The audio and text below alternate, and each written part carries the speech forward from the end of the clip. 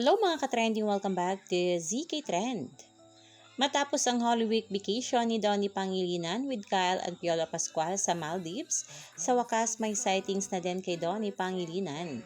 Spotted si Donnie sa baby shower ni Maki at Robbie na kung saan paniguradong soon to be ninong na si Donato. Excited na din si Donnie for Maki and Robbie first baby. Alam naman natin kung gaano kalapit si Donnie sa buhay ng mag-asawa. At syempre mga kabablis, excited na din si Donnie sa baby ng kanyang ate Ella, na kung saan buong Pangilinan family ay talaga namang waiting na sa first baby ni Ella. At mga friends din ni na Donnie at Belle ay unti-unti na ngang nag-settle down. Si Torres Daza na kasama ng Don Bell sa HAH ay nag-settle down na rin. At si Patch Chua na sobrang close din kina Donnie at Belle ay engaged na din. Kaya naman looking forward na nga ang lahat for that moments for our Don Bell.